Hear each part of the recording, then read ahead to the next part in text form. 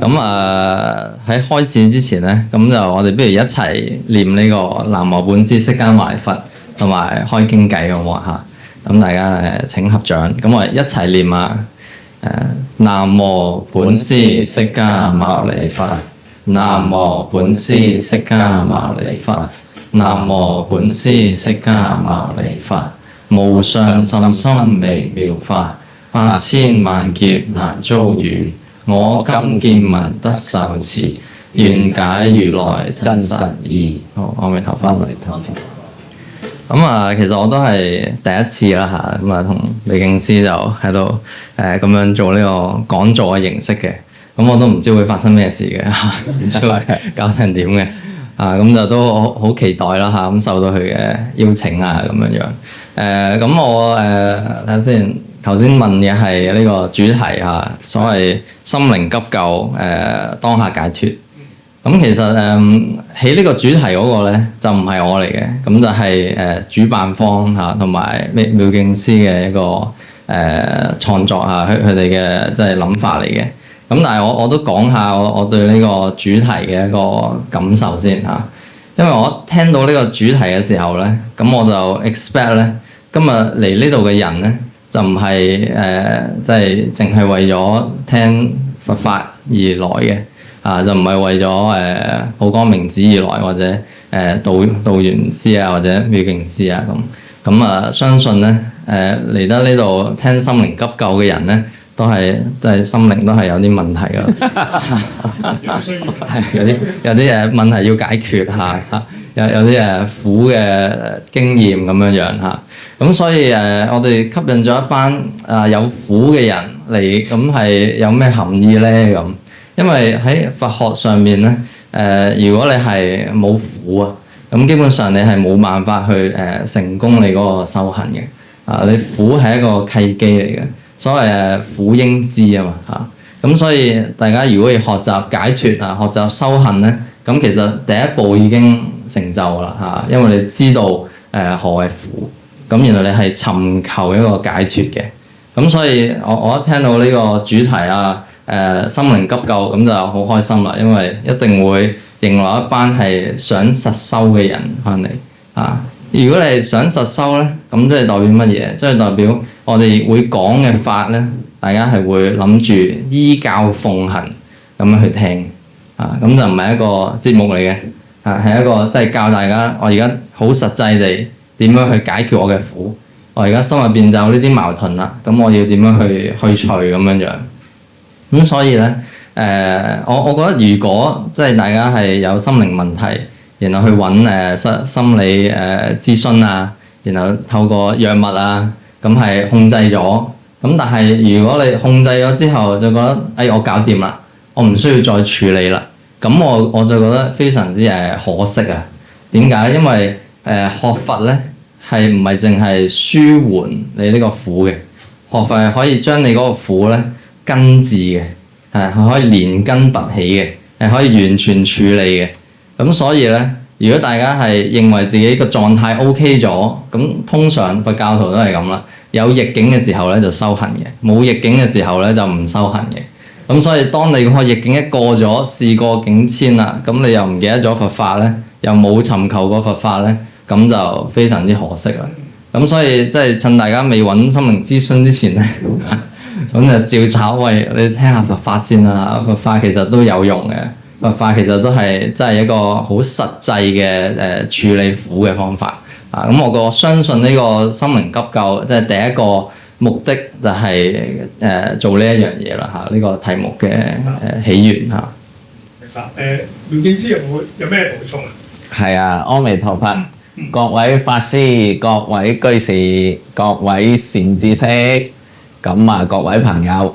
咁歡迎大家嚟到普光明寺參加我哋呢個心靈急救啦，當下解脫。咁究竟係乜嘢嚟㗎？咁其實而家睇翻嗰個社會咧，嗰個物質好豐富，生活條件改善啦，但係個心靈咧就越嚟越空虛喎。科學咧就越嚟越急速喎，嗰個科技亦都係改善，亦都提升啊。點解反而嗰個心靈仲係空虛咧？咁究竟問題喺邊度咧？你睇下個社會嗰個鬥爭啊，同埋嗰個資源爭奪啊，同埋嗰種壓力啊，即係話工作嘅壓力啊，同埋就係話你睇下而家啲個案，嗰啲狂躁啊，同埋嗰啲抑鬱啊、心靈創傷啊不斷增加，甚至自殺都提升。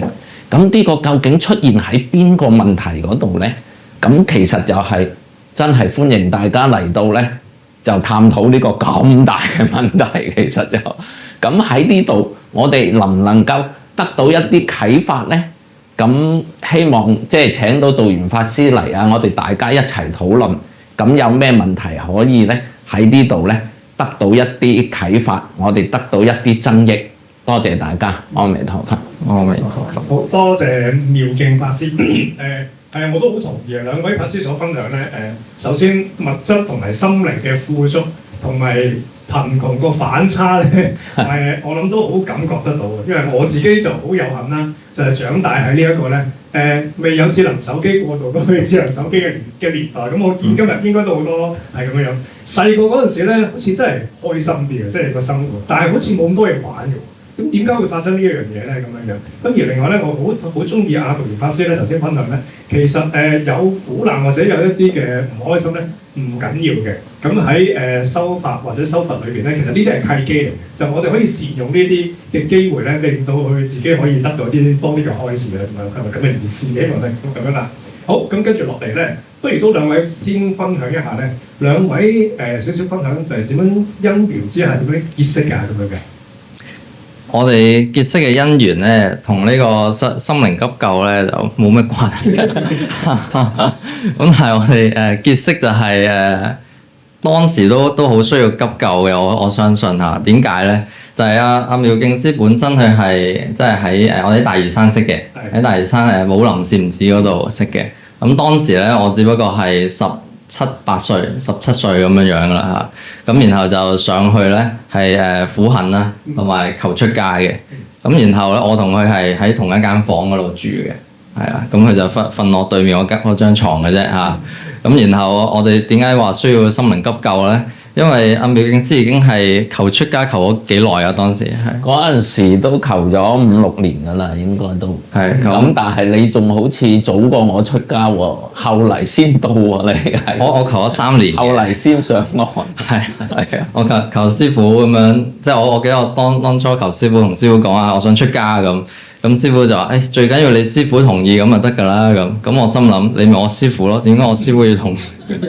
咁即係你唔認我做即係徒弟咁樣，咁啊慘啦嚇！咁就要求啦嚇。咁求咗3年，卒之就派我上寶林，咁我就結識咗呢個妙敬法師咁樣樣。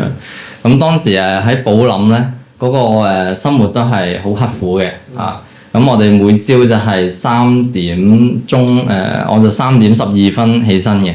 因為我係叫人起身嗰個嚟嘅，做香燈啊咁樣樣，咁然後妙敬師係一齊啦。咁我哋基本上嗰個就唔係一個禪宗嘅，即係主要修行方式，係一個叫做勞動宗啦嚇，即係以勞動為主嘅即係我哋會搬好多鐵通啊、石屎啊，嚟咗兩噸石啦，落貨啦咁樣嗰啲嚟嘅係啊。咁我哋又會鏟水泥啊，去做好多修補寺院入邊嘅嘢。咁喺寺院入邊嘅生活咧，就即係確實係冇掂任何科技嗰啲嘢嘅，係嗰陣時 WiFi 都好似冇用過嘅，我個電話都係淨係可以打電話嘅啫，同埋打下字啊咁樣樣。咁所以喺嗰個時候真係遠離咗所有呢啲咁樣嘅外援嘅嚇，咁係覺得係清靜好多嘅，個人係冇乜嘢諗嘅，冇妄想嘅可以話。咁但係喺呢個苦嘅過程之中，咁就有一種互相支持嘅關係咯嚇。係啦，我記得有一次我哋做嗰個渠務工程，你啊猜英泥，我見你學生哥嚟嘅喎，話點做啊？咁啊又要猜英泥，又要擔英泥，跟住就填落去嗰個渠務嗰度，即係建設嗰個去水道。咁你夜晚打坐嘅時候仲嘔血嘅喎，咁你究竟點樣度過㗎？呢個咁苦嗰個生活？嘔血係之後嘅，嘔血係禪七嗰陣時嘅係。咁我記得嗰陣時咧，我哋都好辛苦㗎啦，即係大家都係真係好吃力啦，要做呢啲嘢，都未做過嘅，因為鏟水泥啊嘛，學生哥咁。我呢度都唔係個個做過啦。即係如果有做過嗰啲咧，即係大家見到鏟水泥咁就即係做其他嘢㗎，就走佬㗎啦嚇。通常就係咁樣樣。咁鏟水泥嗰次我記得咧，因為我哋鏟完之後咧有一個休息嘅，咁休息之後咧我哋就去咗飲茶係嘛，係啊咁之後就俾阿負責人就走入嚟，你咩啊？做咩唔出嚟啊？阿 Mary 已經喺出邊15分鐘啦咁樣樣，係啦，咁你係大老細啊咁樣樣，咁我哋就係即係即刻要出翻，咁其實都係一個磨練嚟嘅，即係唔係話邊個對邊個錯，咁佢係一種即係你喺身體嘅苦啦，然後喺心靈嘅創傷入邊咧，咁你係可以提升嘅嚇，因為嗰陣時都係練好多金剛經啦，係我每日都練差唔多14部金剛經嘅。嗰陣時嚇，咁然後就每念金剛經啊，抄經啊咁樣樣，咁然後就喺呢個過程之中咧，咁就可以即係體會到你唔住色聲香味觸法，唔住眼耳鼻舌身意嘅時候咧，咁其實嗰個咁樣嘅心靈狀態咧，就真係無念嘅啊！喺無念之中咧，所有世間發生緊嘅嗰啲對錯啊、是非啊。咁係可以抽離嘅，係可以降服到嘅。咁所以呢啲就係實修嘅一種過程啦。喺寶林入邊，精彩喎，聽得好精彩啊！係好咁以下時間咧交俾呢兩位法師，咁就係分享今日嘅主題啦。不如我哋請妙境法師開始先啦。係啦，咁我希望咧將啲乾貨帶俾大家嚇。我嗰個經歷咧，就好多人話念觀音菩薩唔得喎咁樣，其實頭先道元法師都講咗啦，其實係好多條件嘅，你要了解到觀音菩薩點樣成為菩薩嗰個過程，嗰個苦難你點樣克服，點樣去提升自己，而係度一切苦厄嘅。咁我就喺心經嗰度學習咧，就得到心經嘅啟示嘅。佢話觀自在菩薩，咁觀自在菩薩咧聽落去好簡單。原來佢係心法嚟嘅，咁好多話觀音菩薩咪就係觀自在菩薩咯。咁其實原來佢有個心法內容係教你修行嘅。嗱，淨係心經嘅心經能夠醫好我哋個心嘅，我就係心經念心經醫好我個心。咁佢淨係前邊呢句觀自在菩薩，咁原來佢係要用功夫，要用一個心得，用一個觀察。即係用一個客觀嘅觀察嘅狀態去睇呢個世界嘅，所以咧觀就係話客觀，唔好評論佢呢個世界對與錯先。嗱，唔等於啲人話冇對與錯啊嚇，我哋係唔分別佢對與錯。點解？因為我哋而家做緊搜集資料嘅觀察者係唔咁快判斷。我哋而家點解咁多鬥爭啊？因為人哋講嘢一去聽就用一個批判性啊嘛，去話佢唔啱，話佢感受唔到自己嘅睇法啊嘛。咁其實呢個每個人都有佢個主觀啊。咁但係我哋點樣可以用心經嘅觀自在菩薩落實去修行呢？觀啊！我哋成日要打坐觀，就係無念、不思善、不思惡嗰個觀嗰個狀態。你要建立起碼3年嗰個客觀狀態咧，你就奠定咗一個基礎啦。咁淨係心經開頭呢個用心法去行持嘅時候咧，你已經係得到將嗰個心靈咧安住嚇，就觀自在啦。開始用觀嘅態度，你就會慢慢自在。譬如練習下同人傾偈嘅時候，唔好即刻用批判性對與錯先，用一個觀察者嘅狀態。咁呢個就觀啦。慢慢你呢個狀態形成就自在啦。菩薩係乜嘢啊？嗱，好簡單，有好多就係話菩薩就係觀音菩薩啊，救苦救難啊咁。原來我哋要落實去學習菩薩㗎。菩薩嘅有個條件內容啊，係乜嘢啊？原來就係六度萬行，六度波羅蜜，六度萬行，行持六度萬行嘅。六度波羅蜜嘅，先稱之為菩薩。咁六度嘅有邊六度啊？持戒、布施、忍辱、精進、禪定，仲有乜嘢？仲有一個智慧，係啦。咁呢六度萬行，你要係落實去，慢慢去睇佢，化解佢，落實用去生活當中。嗱，而家最多人中意就係用布施先。布施係點樣布施啊？幫助貧苦啦，喺學校、醫院啦，幫助社區老人家啦。咁呢個咧就好多宗教都做緊㗎啦，因為呢個個得益就係收天福嚟嘅，所以佢哋係去天堂嘅。即係話呢個係直情可以係改善我哋物質嘅生活嘅，呢個就係布施。咁其他我唔展開啦，大家返去再研究啲六度波羅蜜。咁即係話喺呢個咁簡單嘅心經嘅時候，我哋行持六度波羅蜜，咁後邊係點啊？行深般若波羅蜜多時啊嘛，照見五蘊皆空，度一切苦厄。嗱，度一切苦厄啊！你淨係前邊呢句行持落去，就一路行持觀自在，自在啦。我哋唔好貪着呢個境界我哋都要幫助大眾，用幫助大眾呢個行為，建立我哋，提升我哋六度萬行直至去破除呢個苦厄度一切苦厄啊嘛。咁所以喺心經度，我哋唔好話喺一啲文字上嗰度解釋就算啦，我哋要深層去理解、去修持。咁呢個就係話點解我哋有好多時念佛號唔得啊？因為嗰個條件唔具足啊！即係原來好多條件去支撐我哋理解呢句佛號佢殊勝喺邊度？佢有咩經典？有咩方法？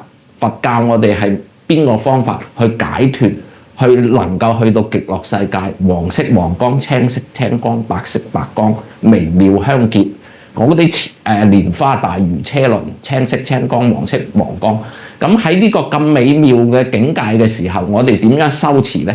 我哋就係話有事冇事，我哋都係要念住呢個佛號。好啦，有事嘅時候嗱，乾貨就喺呢度啦。因為已經心靈創傷，真係冇用喎，好痛心喎。咁呢個我哋唔再展開話佢個來由啦，其實都係貪嗔痴嚟嘅。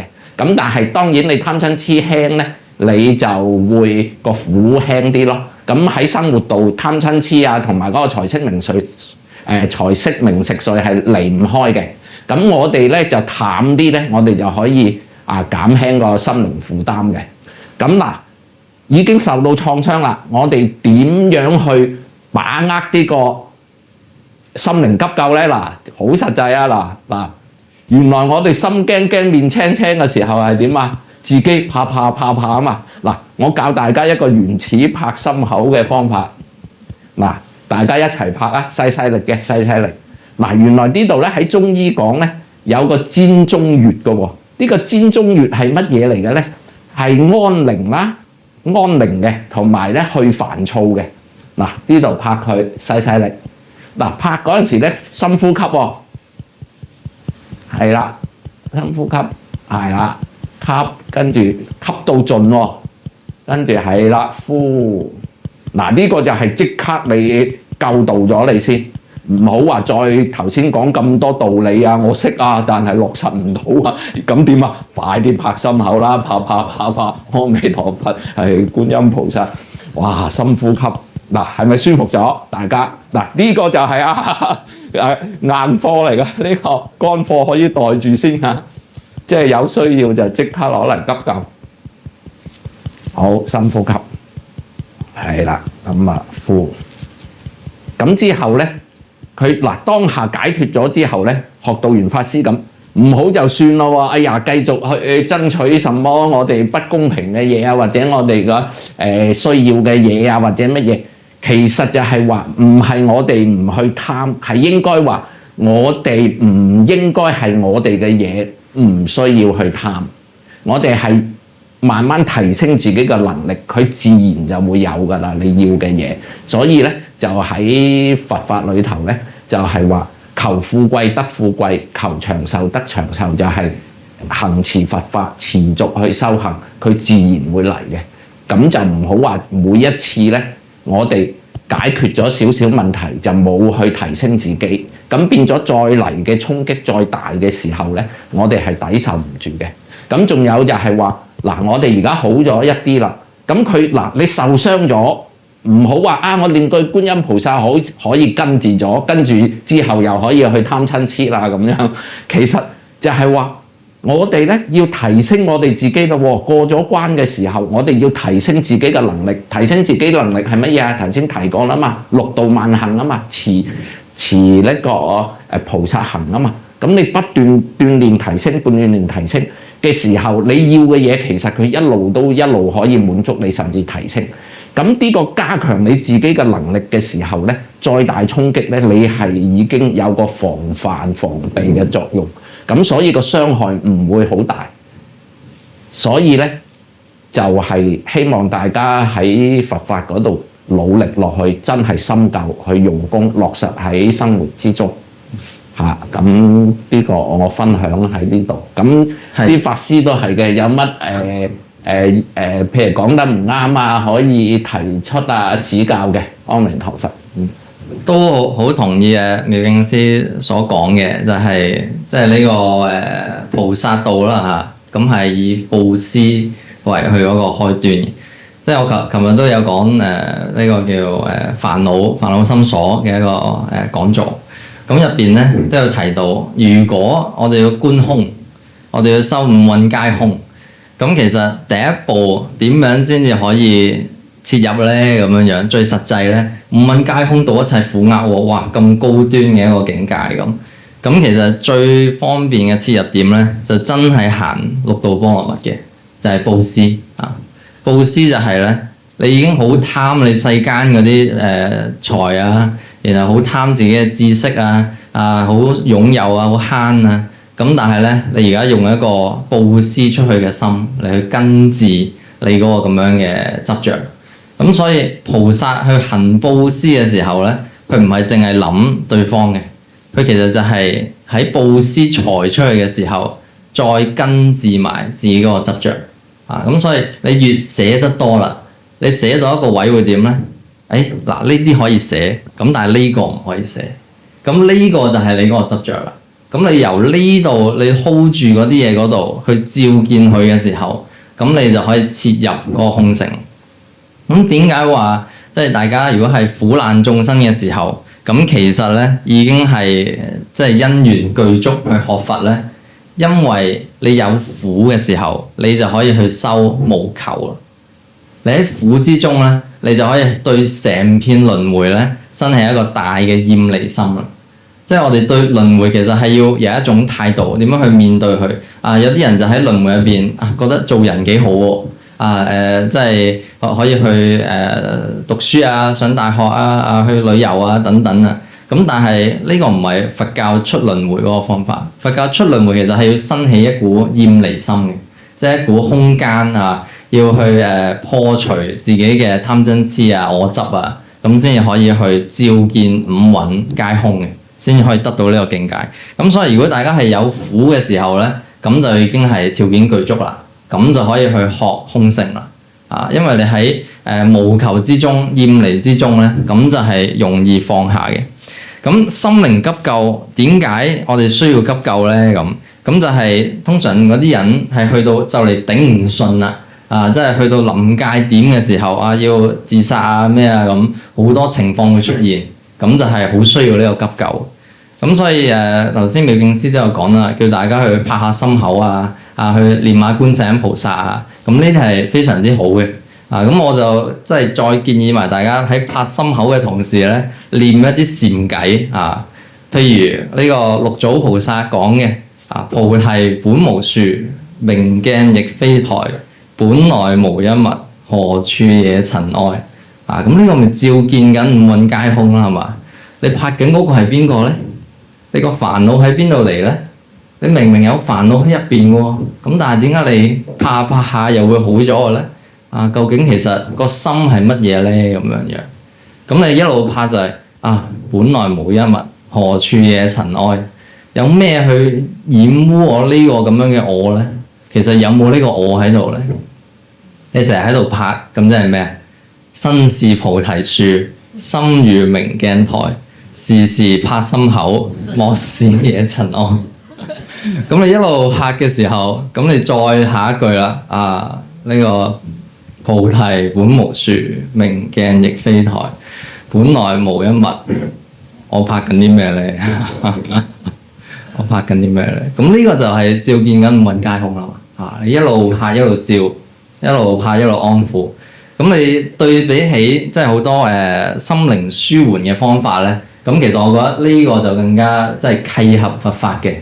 即係我俾啲 example 大家啦嚇，譬如有啲心理學家咁，佢就叫大家點樣去舒緩自己咧？當自己有壓力嘅時候，咁拍心口非常之好啦。咁但係佢有啲係譬如叫你食檸檬你揾個檸檬去咬一啖啦嚇。咁然後咬一啖嘅時候，咁你會點啊？你會將所有注意力咧就 focus 喺你嗰個色聲香味觸嗰度啦嚇。咁你就唔喺你嗰個妄想嗰度啦。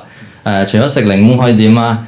可以攞住一個冰啦。然後冰到自己咧即係嗰啲寒氣入晒去為止你嗰個感受就已經係好強烈啦。用一啲強烈嘅感受強行拉翻自己喺呢個當下咁。咁但係呢啲咁樣嘅方法就未必連接到照見五蘊皆空，因為照見五蘊皆空咧，先至可以度一切苦厄嘅。咁所以既然大家都係要處理煩惱啦，咁點解唔用一個究竟嘅方法咧？咁所以大家堅持拍心口本來無一物，何處惹塵埃。咁但係仲有一句偈咧，我都想送俾大家嘅，咁就係呢個毗舍浮佛嘅傳法偈嚟嘅。咁嗰句偈係點咧？就係假借四大以為身，心本無身因境有。第一句偈大家可以念夠100萬次假借四大以為身，心本無身因境有。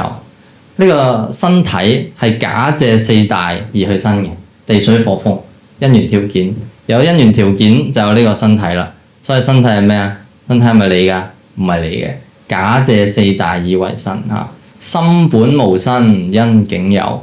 個心本來咧就係冇嘅，本來就冇心嘅，但係因為你着境啦。你見到蘋果你就話有個蘋果喺度。你見到有個唔中意嘅人，你話呢個衰人咁樣，咁你就安立好多個名好多嘅意思好多嘅分別心咁呢個就係着境啦。咁但係心本無身因境有咁就係假借四大以為身，心本無身因境有。前境若無，心亦無，罪福如幻，喜亦滅。所有嘅罪福咧喺呢一下咧就當下脫落啦，當下自在啦。罪福如幻，喜亦滅。點解啊？因為假借四大以為身，心本無身因境有。前境若無，心亦無，罪福如幻，喜亦滅。咁呢個係要我哋去悟嘅一啲嘢嚟嘅。通常我哋喺一個好情緒激動嘅一個情況嘅時候咧，咁我哋就冇辦法去即係改變自己個心嘅。咁所以我哋先要 calm down 先要去拍心口食檸檬即係做咩都好啦。咁你就 calm down 咗自己，咁然後咧你就念嗰幾句偈啦假借四大以為身，心本無身因境有。前境若無，心亦無，罪福如幻，喜亦滅。咁乃至落去最後咧，你連拍都唔使拍啦。咁你就會覺得其實本來就無一物，本來就冇事發生我何需要起心動念咧？咁樣。咁頭先妙經師都有講啦。咁其實心嘅問題咧，無非咧都係你過去所做嘅嗰啲罪業嚟嘅啫，嗰啲業障嚟嘅啫。咩叫過去所做咧？即係你前一秒啦，就係過去啦；你前一個星期啦，乃至前一世啦，過去無量世啦，咁所積集嘅種種嘅作用力，咁咧就會形成你而家即係棘住喺身體入邊呢啲咁樣嘅感受。咁所以佛法咧，佢有一個消除業障嘅方法，去話俾我哋聽，去修行嘅。咁當你一路去練習嘅時候咧，咁就會對治你所有嘅業障、所有嘅煩惱、所有嘅呢啲咁嘅果報。咁但係啊，當業障生起嘅時候咧，即係你有個苦喺度，明明我冇咩諗嘅，咁但係呢個棘住嘅感覺咧，照喺度棘住喎，照喺度苦緊喎。咁呢個係咩情況咧？呢個就唔係業障啦，呢個就係果報啦。你已經有果報生起咗啦。咁有果報係要點啊？有果報咧，其實就係要捱嘅。有果報就係要去渡過去嘅。咁渡過去嘅時候咧，無論你係食檸檬又好，攞住嚿冰又好，換物又好，改變姿勢又好，拍心口又好，撞牆都好，點都好，總之你渡過咗去啊。咁就係要用種種嘅方法去 direct 你個 attention，唔好注意呢啲咁樣嘅嘢，咁佢就會渡過噶啦。咁總之用種種嘅方法令到自己熬過呢一關。咁果報唔生起啦，咁但係你個善因咧係唔係即刻成熟啊？你種棵樹都要等下年啦，係咪？咁所以我哋只管去種樹，只管去修行，咁慢慢咧嗰個成果就會出現啦。咁所以係要時間去培養嘅。咁但係時間未見到結果嘅時候咧，咁你就唯有去做呢個急救嘅方法啊。咁就係時時勤拂食，莫使惹塵埃啊，就係咁。好，係咪好精彩咧？兩位嘅分享好多嘢。咁我哋嘅之前咧就收集咗啲嘅問題啦。咁我哋咧就以下就一啲信眾或者善信嘅問題咧，就問兩位法師嘅。咁邊位有感覺都可以答嘅，係咯。咁首先第一題咧，頭先雖然都有少少問過，咁但係我都想問多次，就係咧呢位善信就問咧，雖然我已經成日都念觀音菩薩佛號，咁但係念咗咁多年，仍然覺得自己好似咧好多嘢執着放唔低，點算咧咁樣？好，咁啊頭先美景師都好似有回應呢個問題，咁我就都回應下啦嚇。咁其實我覺得就無非兩個大方向去審視自己嘅啫，喺念觀世音菩薩有冇滅除執着。第一個就係quality， 你嗰個念嘅品質；第二個就係 quantity， 你嗰個念嘅數量。如果你又有品質嘅，質量都係控制得非常之好嘅，咁你真係千處祈求千處應啊！你把刀劈落嚟都係刀沉斷斷壞嘅，咁係有呢啲咁樣嘅試驗啊、個案啊咁樣。咁曾經就有一個死囚咧，咁就係念觀世音菩薩，咁佢就狂念啦，因為真係就死啦嘛，係咪？咁啊日念夜念咁咪確保佢個品質同埋個量咧都係冇問題㗎啦嚇。咁佢念到一個位咧，咁觀世音菩薩咧就係發夢嘅時候咧報夢俾佢。咁就叫佢去念一連串嘅，即係好似《妙法蓮華經》啊，入邊咩多寶如來啊、淨花叔王至佛啊、釋迦牟尼佛啊等等，咁樣去念呢啲咁樣嘅法號嘅時候咧，咁佢就喺嗰個咁嘅過程，你淨係念呢堆嘢咧，咁就得㗎啦。咁佢念到當時咧，佢真係上到刑場啦，然後嗰個咁樣嘅劊子手咧一劈落去，把刀斷咗。一斷咗之後咧。咁就係通常咧，就係完咗㗎啦。嗰個死刑劈落去冇咗就冇，係啦。一刀佢受咗一刀，即係唔死都可以當完成咗嗰個罪案㗎啦。係啊 ，OK 㗎啦，受咗㗎啦。所以佢冇死到，係啦，就冇死到就超越咗。咁所以咧，我覺得最重要就係即係喺呢兩個大方向嗰度。咁但係你話啊，佢已經好耐啦嘛，念咗係咪？即係量就冇問題啦。係啊，量就冇問題。正想問啦。量咧就好容易去測試嘅，因為你數住就知啦嘛。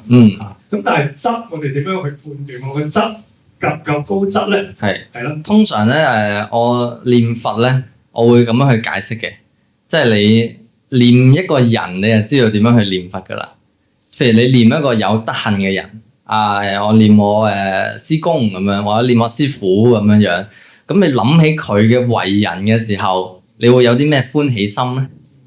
咁如果你係諗起觀世音菩薩嘅為人嘅時候，咁你會諗起啲乜嘢咧？通常我哋念佛咧，只不過係數量咁樣過嘅啫。咁我哋就冇諗觀世音菩薩嗰個為人嘅，因為諗觀世音菩薩嘅為人嘅時候咧，我哋要知道觀世音菩薩嘅事蹟啦，就要知道觀世音菩薩同眾生嘅對話啦，佢講過啲咩啊，去諗啲乜嘢啊，咁先至感覺到佢嗰個為人噶嘛。咁你喺度感受緊觀世音菩薩嗰個為人係幾無私啊，個心量係幾大啊！千處祈求千處應啊！你比著係我，你求我即係第4次我就拜拜㗎啦嘛，係咪？即係你求第一次，師傅我唔明啊，我教你啦。第2次唔明，喂唔明喎，2次咯，好啊，再教你啦。第3次喺邊度唔明啊？究竟咁樣係咪？你問出啲係，然後第4次我就唔應你㗎啦嘛，你就食呢個閉門羹㗎啦嘛，係咪？咁但係觀世音菩薩點解可以千處祈求千處應咧？佢嗰個接受眾生嗰個程度啊，佢嗰個無私嘅程度啊，究竟佢個為人係點嘅咧？咁就係透過呢啲嚟去揣測菩薩嗰個心量啊嘛。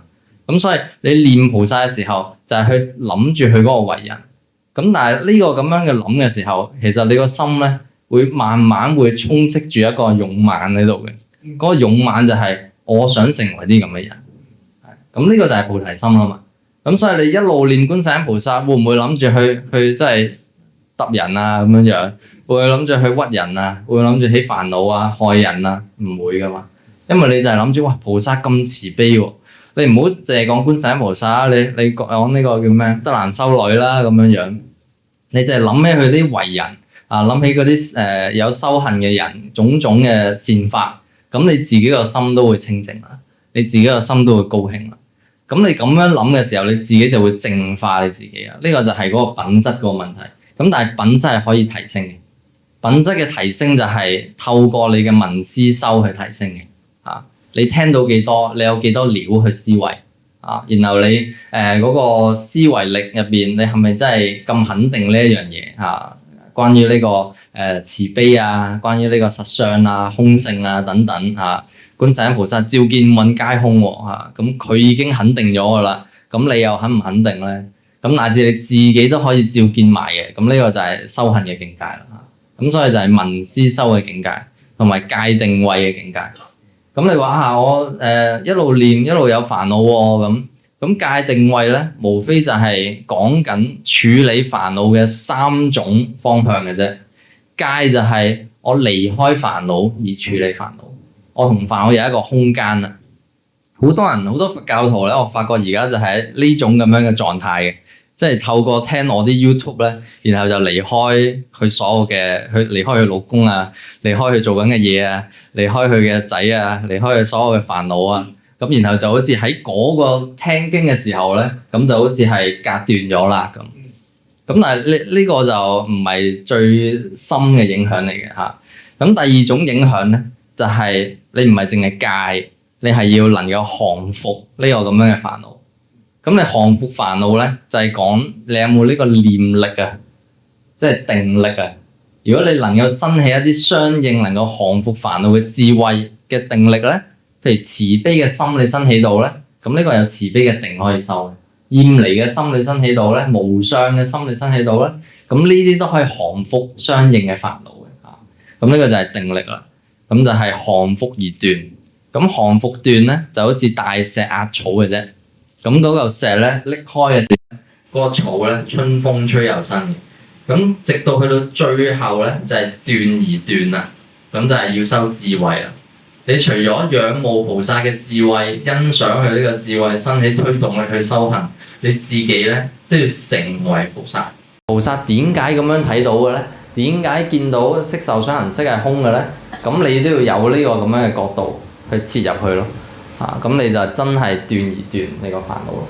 咁你做到即係喺你嗰個念佛嗰度包晒戒定慧，包晒聞思修，咁你就一定可以處理到你嗰個煩惱嘅。如果你個量夠多嘅時候，咁你就乃至剷除佢嗰個根嘅嚇。咁就係咁嘅意思。妙經師有冇補充啊？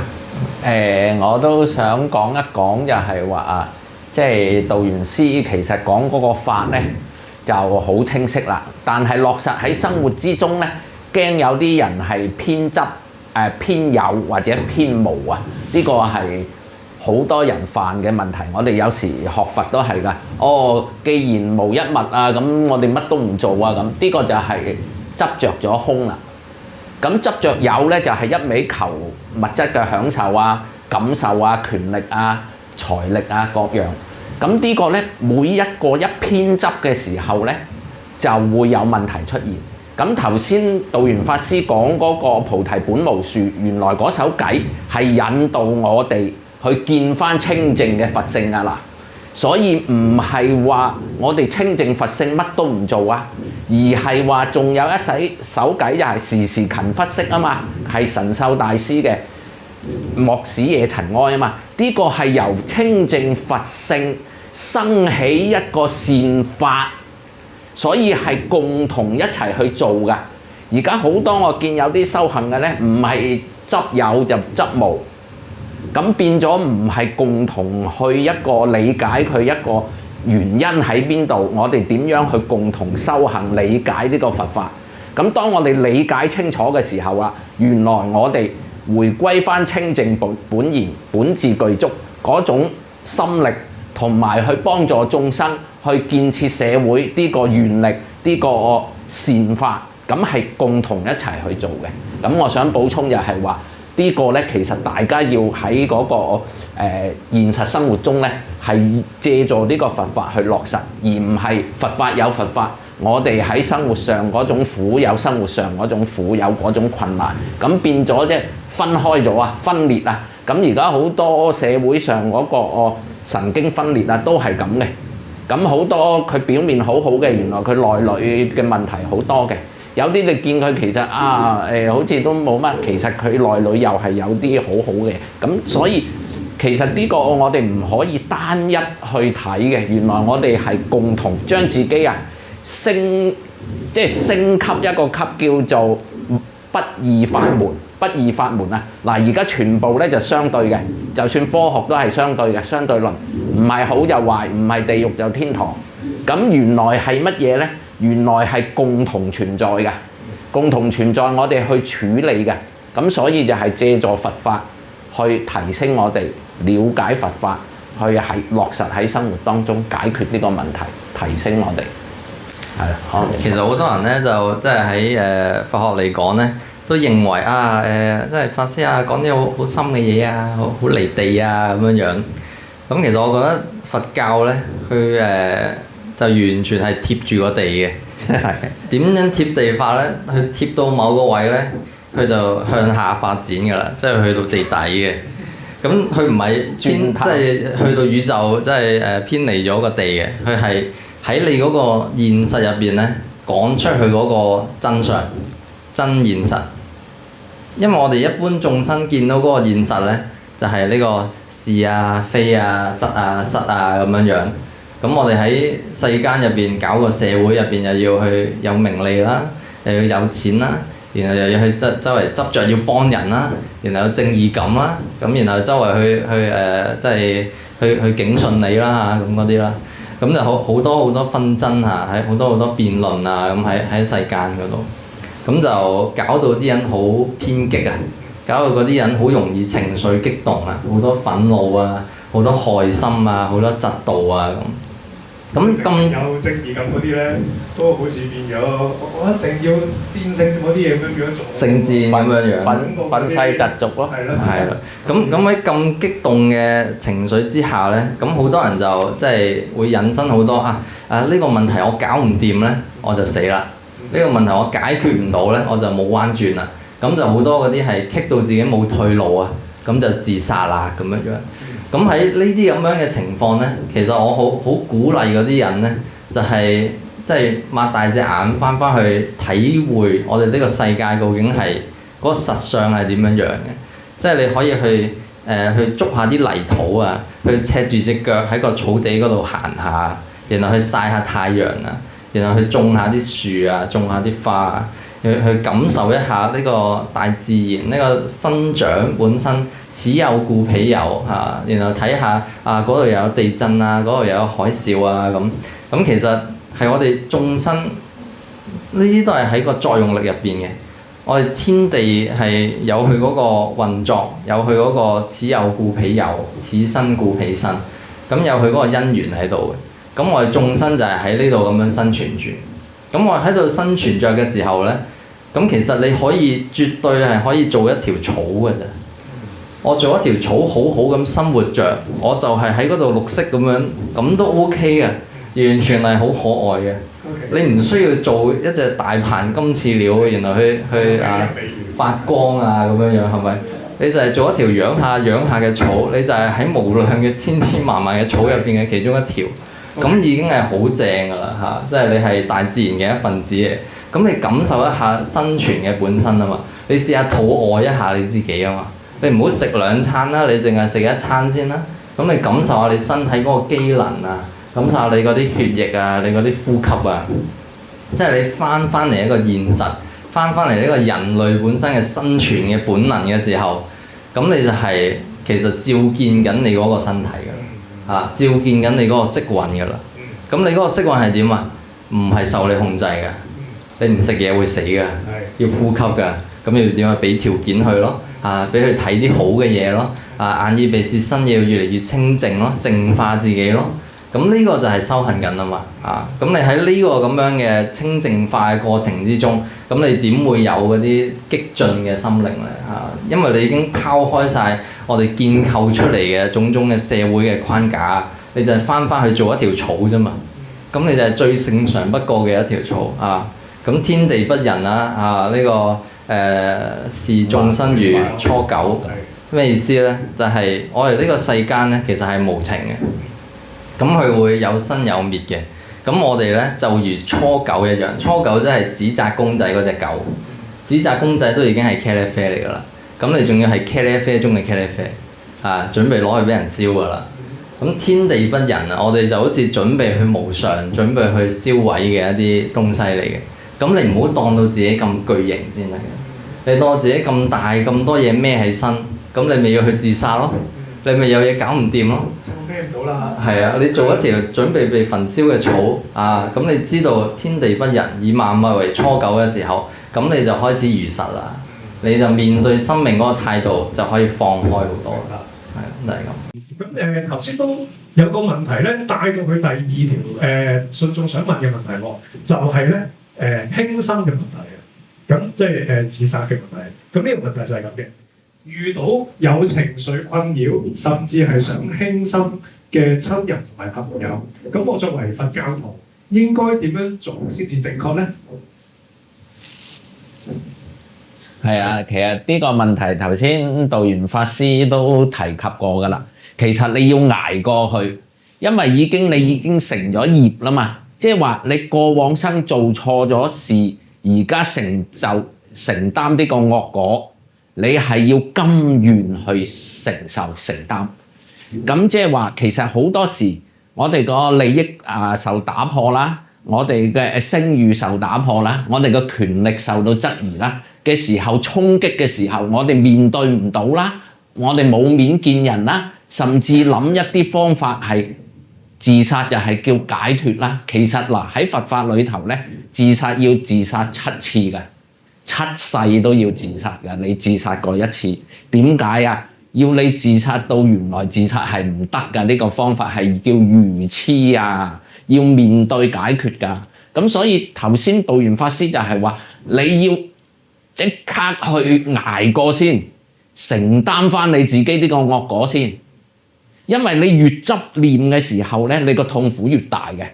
仲有你話想念一句觀音菩薩就可以化解，跟住我又再可以貪嗔痴啦，係冇可能㗎。點解咧？觀音菩薩醫翻你之後，拍咗心口舒緩咗之後，嗰個傷勢係要時間去療愈㗎，係咪啊？所以呢個係靠我哋，都係痛苦，都係靠我哋要有一個時間慢慢化解，慢慢去療愈。咁呢個過程係要自己承擔。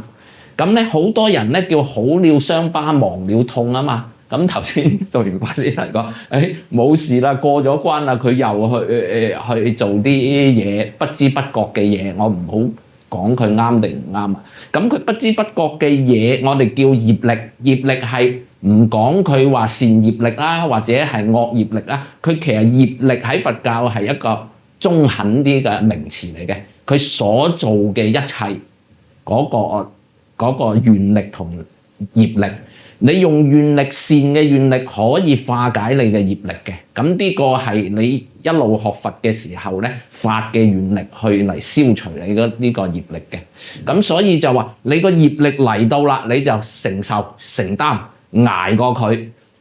法師嗰個原始拍法，深呼吸，當下解脫咗先，跟住佛法嘅我未落實到去做喎。再有時間嘅，唔好再去搞咁多嘢啦，真係深入強大自己，提升自己先，個處理問題可以解決到啦，咁你先可以慢慢放鬆。但係放鬆唔可以放鬆晒嘅，你係要將善法，即係話我哋要培養好嘅良好習慣嘅喺生活當中啊。譬如我哋琴棋書畫嗱，嗰啲國學嗰啲啦，就琴棋書畫啦，都係訓練我哋良好嘅習慣㗎啦嚇。咁呢啲咧，我哋係要做嘅。除咗佛法之後咧，我哋又可以用呢啲紓解下我哋生活當中嗰種苦嘅。但係有一啲人咧，因為佢苦，佢先要尋樂嘅。咁尋樂佢個方法唔好啊，譬如娛樂嗰啲，佢有副作用嘅娛樂。有啲咩唔好咧？佢越快樂就越墮落嘅，佢越墮落就越快樂。佢想快樂就必須墮落。sorry 啊，所以佢就用錯方法啊，係啦。咁佢就會惡性循環。呢個唔係真正嘅快樂。呢個係啦，所以真正嘅快樂一定要培養良好嘅習慣，喺佛法嗰度生起智慧，啟發智慧，咁樣嚟充實我哋自己。咁嚟消除業障咧，咁其實咧，我最近都有收一個法門咧，咁就係出自呢個《真迦扎經》嘅。咁佢入邊咧，即係有一句偈，有4句偈嚇，俾大家去念咧。咁念完之後咧，咁會發生啲咩事咧？咁頭先阿法師有講呢個自殺要經歷7次啊嘛。咁可能佢今世自殺，可能係第2次或者第4次，咁仲有好多次噶嘛，係咪？咁點樣可以將呢啲咁樣嘅業障消除咧？咁其實咧喺嗰部經入邊咧，就叫大家念呢4句偈，然後念完之後咧，每晚你都念。咁念完咧，你就會發夢，然後喺夢入邊咧，你嗰啲咁嘅識田嗰啲種子咧，咁就會喺嗰個夢喺嗰啲惡夢嗰度咧就消散咗啦。咁所以咧，你唔使喺現實嗰度去受呢個報嘅，你就係喺個夢入邊咧去受呢個報咧。咁你嗰啲種子就會消散咗啦。咁我發覺即係呢排就即係成日發夢啦嚇。咁就係因為我每晚就係去做呢一樣嘢。咁同埋都唔係淨係每晚嘅，有時係日頭夜晚都有維持喺呢個咁樣嘅念嗰度嘅。咁呢4句偈係點咧？咁大家可以聽清楚啦嚇。咁第一句就係盡一切惡成須陀洹啊！盡一切惡成須陀洹。咁大家可以不斷咁念嘅，盡一切惡成須陀洹，盡一切惡成須陀洹。咩叫須陀洹咧？須陀洹即係無我見，你滅除咗我見，因為一切嘅煩惱咧都係由個我見嗰度出嚟嘅。咁所以你盡一切惡咧，咁就可以成就呢個須陀洹啦。須陀洹唔一定係聲聞咁解嘅啫，係可以入流成為聖人嘅第一步。咁就係須陀洹啦。咁所以大家不斷咁念，盡一切惡成須陀洹，盡一切惡成須陀洹，盡一切惡成須陀洹。一切嘅惡都係因為有我見，所以我要盡一切惡成須陀洹。咁呢個咁樣咧就係第一句啦。咁第二句之後咧就係開展菩薩道啦。所有嘅佛咧去成佛咧都係成就咗無我見咧之後先至去度眾生成佛嘅。咁然後就係第二句啦，然後布施遠離諸苦。然後布施遠離諸苦，然後布施遠離諸苦。咁你無我之後咧，你就行呢個無我嘅布施啦，利益一切眾生啦，行一切善舉啦。然後布施遠離諸苦，然後布施遠離諸苦。咁你個心充滿咗布施嘅境界之後咧，你就再念啦。受苦眾生令得解脫，受苦眾生令得解脫，受苦眾生令得解脫。咁你就要令到所有眾生入無餘涅槃所有眾生都開悟，你就導所有眾生出輪迴受苦眾生令得解脫，最後就係怖畏眾生令得遠離，怖畏眾生令得遠離，怖畏眾生令得遠離。咁所以第一句咧就係你先滅一切惡，咁滅一切惡就冇輪迴啦嘛。咁冇輪迴之後就實行菩薩嘅布施波羅蜜啦。布施波羅蜜就無非係3種布施。所謂財施、法施、無畏施。財施就令佢離苦啦，法施就令佢解脫啦，無畏施就令佢離開怖畏啦。咁你一路念呢3句嘅時候咧，咁你就發現咧，你收嘅嗰個時候，咁有啲人都會念嘅，咁佢平時發好多惡夢嘅，咁佢念完之後咧，就反而冇惡夢發啦嚇，咁呢個就係特別情況啦嚇，即係佢本來係被呢個業障侵擾嘅時候，咁但係佢念呢個咧，反而嗰啲嘢就唔現前咯喎，即係證明佢開始燒緊咯喎，咁但係佢嗰啲真正大嗰啲業障咧，就係當你念到成熟嘅時候咧，咁佢會喺你個夢嗰度咧，會出現好多火災啊、水災啊、風災啊、俾人殺啊、好多即係唔好嘅吵鬧嘅事情啊，咁種種會發生嘅，咁乃至會有佛出嚟同你説法啊等等嘅，咁呢啲咁樣就係顯現到業障消除嘅嗰個咁樣嘅呢個修行成功啦，咁所以大家可以念呢四句。盡一切惡得須陀洹，然後布施令得離苦，受苦眾生令得解脫，呢個怖畏眾生令得遠離。咁你就一句咁樣念完有感覺咧，先至進展到下一句，然後第三句、第四句。咁你一路念，念到咁上下咧，你會發覺咧，有時候咧你發咗夢，你知道係惡夢，但係你唔記得咗係咩夢。咁呢個係咩意思咧？就係你嗰啲種子消散咗啦。咁你連提起呢個念嘅時候咧，你都冇辦法去提嘅，因為佢已經冇嗰個根喺度啦。你揾唔到佢呢個咁樣嘅嗰個關係啊，嗰個種子都唔喺度啦。咁就係一種種子嘅轉化。咁呢部經咧就係好出名嘅，叫《增伽吒經》。咁大家可以去 search 下，咁入邊有好多嘅即係不可思議嘅功德，咁就可以去實踐呢個消業障嘅過程。咁我相信所有嗰啲想自殺嗰啲人，佢嗰個心靈嗰個鬱結啊，都唔係一句兩句可以止息到嘅。你淨係去即係心靈諮詢啊，咁上10堂啊、20堂啊，都未必得嘅。佢係一個消業障嘅過程嘅。咁你嗰個罪障一消嘅時候咧，咁身體嗰個感覺咧，先至會熄滅嘅。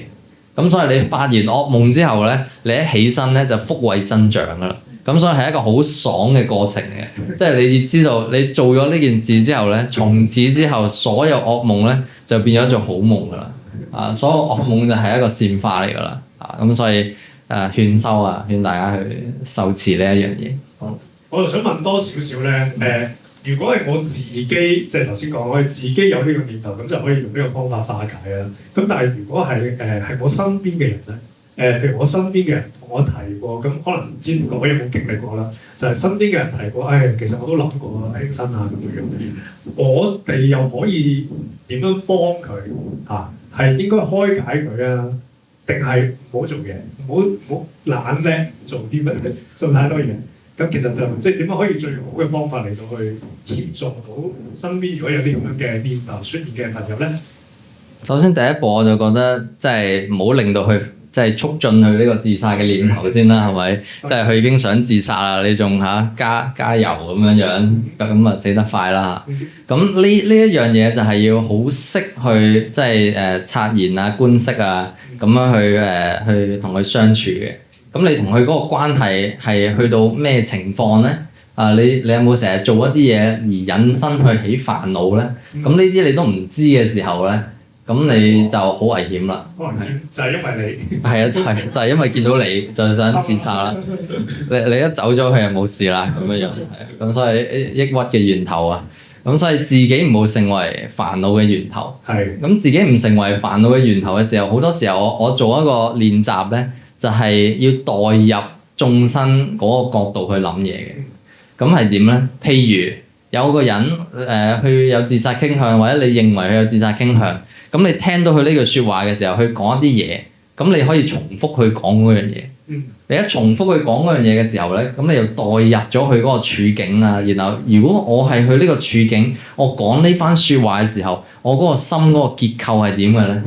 咁如果我喺呢個結構嘅時候，我拎翻我以前可能有相似嘅心靈狀態嘅，咁我需要一啲咩嘅幫助咧，先至可以化解呢一樣嘢。咁所以你每做一個舉手投足面對住呢個危險嘅，即係有機會自殺嘅人咧，咁你就要好識喺佢心入邊種下一啲善嘅種子啦。你嘅身口意點樣去影響佢？咁係即係要好睇到佢而家係喺咩狀態啊？咁你就係好似一個播種或者呢個淋花嘅一個人嚇，咁你就係去滋養佢善嗰 part 嘅種子，就唔好滋養佢嗰啲激進嗰啲種子咁樣。呢度我補充下，道元法師呢個方法好好啊！原來係點呢？原來我哋好大件事啊，要自殺嘅事啊，喺你哋嗰度呢係小兒科嚟㗎。咁啊係。咁頭先個方法好好啊，佢係譯翻佢講嗰個自殺嗰個傾向嘅心態，佢由佢再復述翻，咁等佢做旁觀者去聽翻嘅時候，原來好細件事㗎咋。使唔使自殺啊？哎呀，呢個方法好好啊！感謝道元法師。嗱，大家聽到啦，有朋友講咩嘢就復述翻佢，真係復述翻，完全冇加入任何嘢啊，但係就幫到佢啦。所以呢個好感恩，阿彌陀佛。呢個都令我諗到一個古仔嘅，嗰個古仔咧就係我喺即係 IG 嗰度咧見到嘅。咁呢個古仔就係曾經有一個女眾啦。咁佢咧就俾佢嗰個阿爸侵犯咗嘅。咁佢侵犯咗之後，咁經歷好多年，佢都已經好老㗎啦。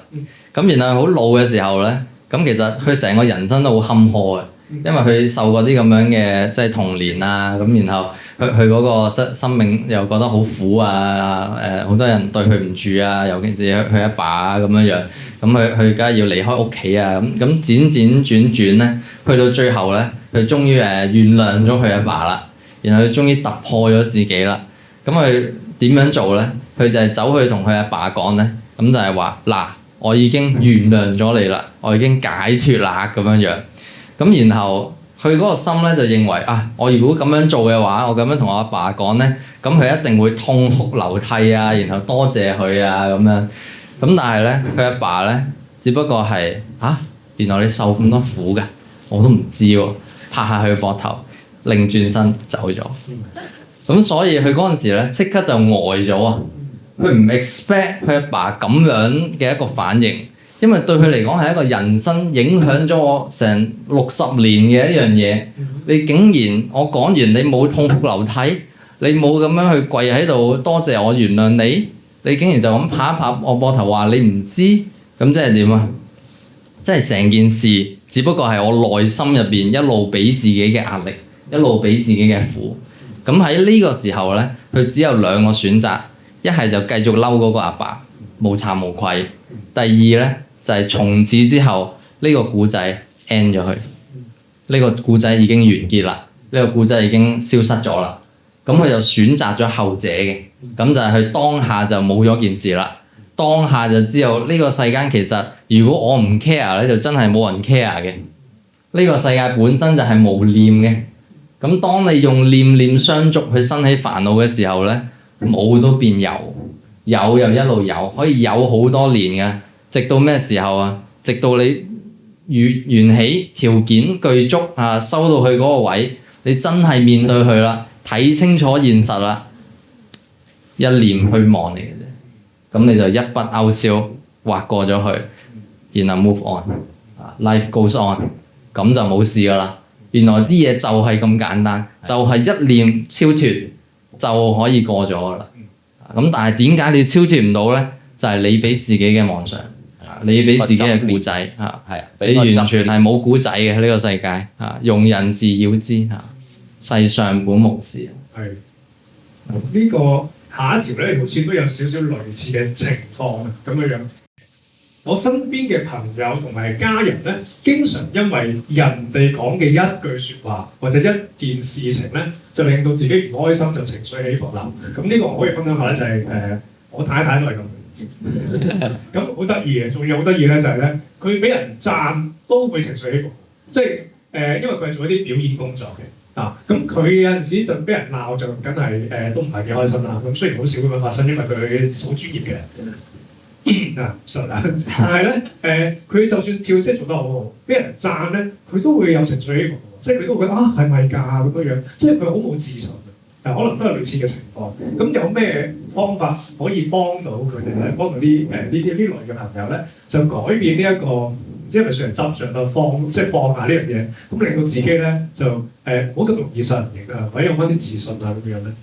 通常咧我就講即係大家都可以睇翻我哋圓通寺有一條片啦嚇，咁就叫不假咩啊？不假外求啊！不假外求，不假外求的尊嚴咁樣樣。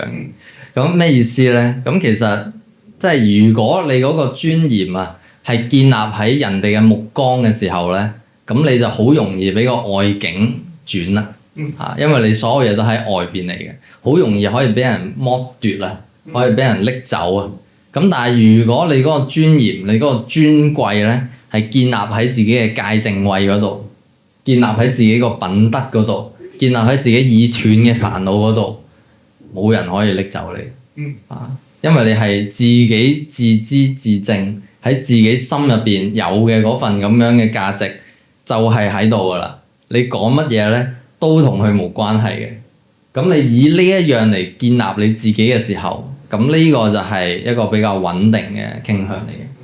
咁當然佛教去以建立自己就係一種執着啦嚇。咁你最終嘅咁其實就係睇到呢個一切皆是如夢幻泡影。咁有呢一種咁嘅覺悟啊，有呢一種咁嘅心靈嘅轉化，咁就唔需要去靠呢個心係唔係快樂，係唔係歡喜而得到安樂嘅。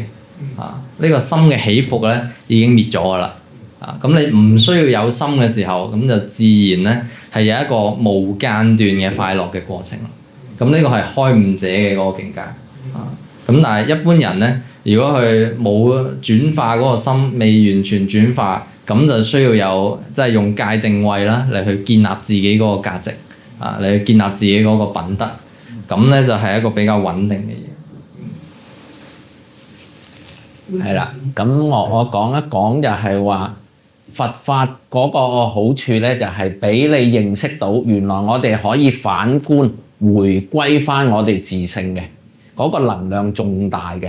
咁而家世間人好多都係向外求嘅，咁佛法有一道好就係話原來向內求都得嘅喎，你試下啦，可能個功效仲好啊咁。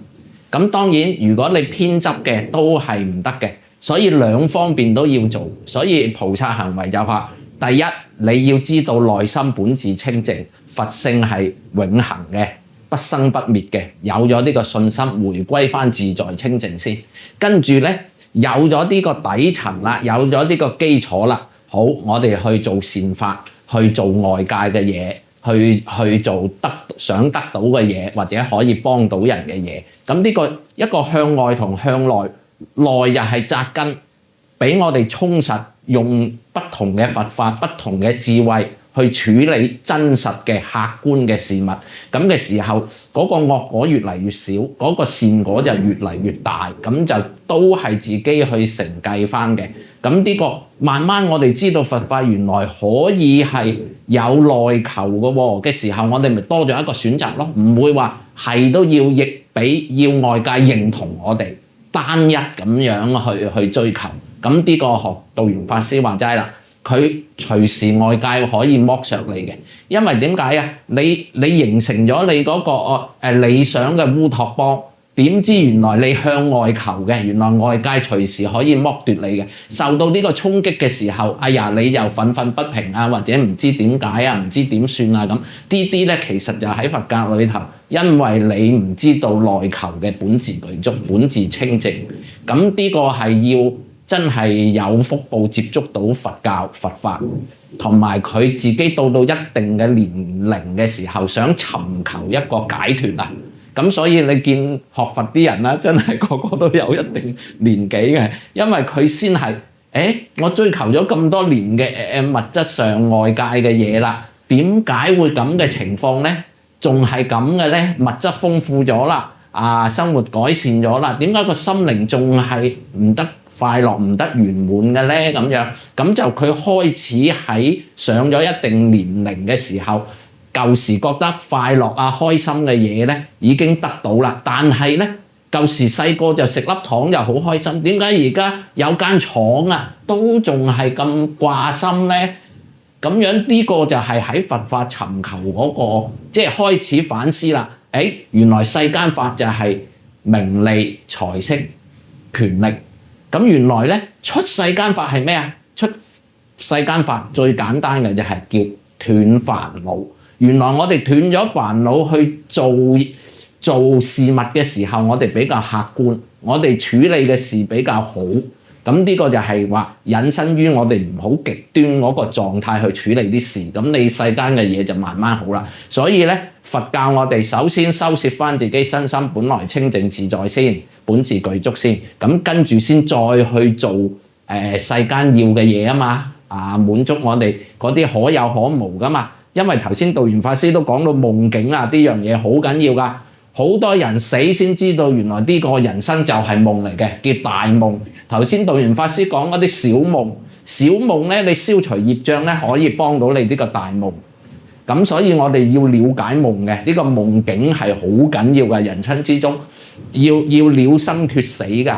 即係話你大夢誰先覺啊嘛？我哋人生就係個大夢嚟嘅。如果你早啲覺，早啲喺嗰個客觀狀態度，喺一個佛性無我嗰個狀態度，清淨嗰個狀態度，你處理生嘅善法、生嘅方法，生個方法做出好嘅事叫做善法，咁嘅時候，咁你咪有善嘅果咯。咁嘅時候，你得與失，其實你本自具足，得唔得失唔失都係夢嚟嘅。但係乜嘢先係真正佛性啊嘛？佢不生不滅啊嘛，不垢不淨不增不減啊嘛。是故空中無聲無受想行識。所以希望大家多啲翻去誦心經，得到解脫。阿彌陀佛。咁呢度都令我真係諗起咧，即係佛陀有一部經叫《特利耶經》啊。咁《特利耶經》係講咩咧？就係講即係佛陀喺早期咧，僧團未成立嘅時候。咁然後咧，佢就去周圍乞食啦。咁佢啱啱喺菩提樹下開悟，咁然後就乞食咁。咁乞食咧，佢就去到有一個河邊咧。咁然後嗰一晚咧，佢就喺河邊嗰度瞓覺嘅。咁河邊瞓覺瞓醒啦。咁然後咧就有一個屋主，咁佢喺間屋嗰度咧就出咗嚟。咁佢個名就叫特利耶。咁特利耶咧，佢就好希望落雨啊。咁於是乎咧，佢就求天神。快啲落雨啦咁樣樣，咁佢點樣求天神落雨咧？咁佢就話：天神，我又有田啦，又有啲好靚嘅牛啦，我又有間好好嘅屋啦，我嘅妻子又真係賢良淑德啦，我嘅仔又孝順啦，希望你落雨啦咁樣樣即係我有種種嘅福報，就係爭你唔落雨㗎咋，你快啲落雨啦咁。咁然後佛陀喺隔離咧就聽到啦，咁佢就話：天神啊，求你落雨啦咁。